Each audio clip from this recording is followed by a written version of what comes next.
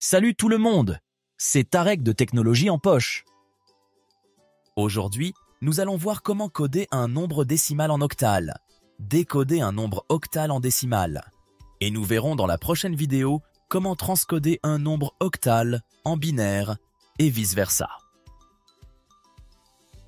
Pour cela, abonnez-vous à la chaîne et activez la cloche pour recevoir une notification à chaque nouvelle vidéo. Notez que j'ai déjà publié une vidéo sur la conversion d'un nombre décimal en binaire et en hexadécimal, la conversion d'un nombre binaire ou hexadécimal en décimal et la conversion d'un nombre binaire en hexadécimal et vice-versa. Je vais laisser les liens dans la description ci-dessous. Alors, le système octal utilise 8 symboles 0, 1, 2, 3, jusqu'à 7. Ces symboles sont appelés chiffres octaux. Ainsi, on peut dire que c'est un système basé sur 8 symboles. Autrement, c'est un système à base 8. Considérons le nombre 94 de la base 10 et trouvons son équivalent dans la base 8. Pour ce faire, il faut diviser successivement le nombre par 8 et conserver les restes jusqu'à ce que le quotient devienne 0. Alors 94 sur 8 égale à 11 et le reste 6. 11 sur 8 égale à 1 et le reste 3. 1 sur 8 égale à 0 et le reste 1. Ici, le quotient devient 0, on arrête alors la division. On lit les restes de bas en haut pour obtenir la représentation octale du nombre. Donc, 94 de la base, 10, est égal 136 dans la base 8. Voyons maintenant comment décoder un nombre octal.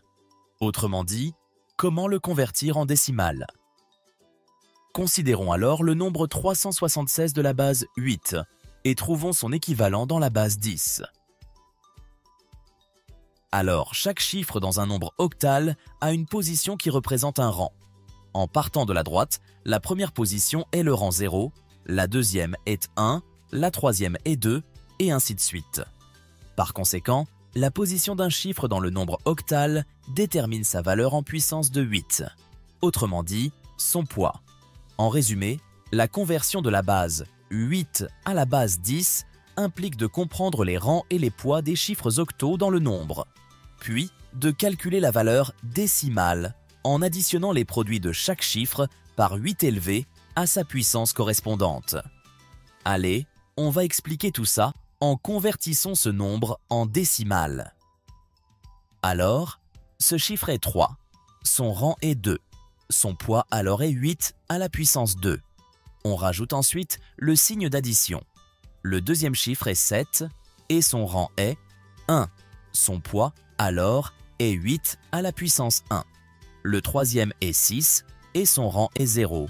Son poids alors est 8 à la puissance 0. On calcule ensuite chacune de ces entités.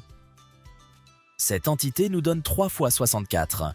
Celle-ci donne 7 fois 8. Celle-là, 6 fois 1. On obtient ainsi 192 plus 56 plus 6. Alors, le nombre binaire 376 de la base. 8 égale 254 en décimale. Je vous invite maintenant à mettre cette vidéo en pause et réaliser les opérations de conversion suivantes.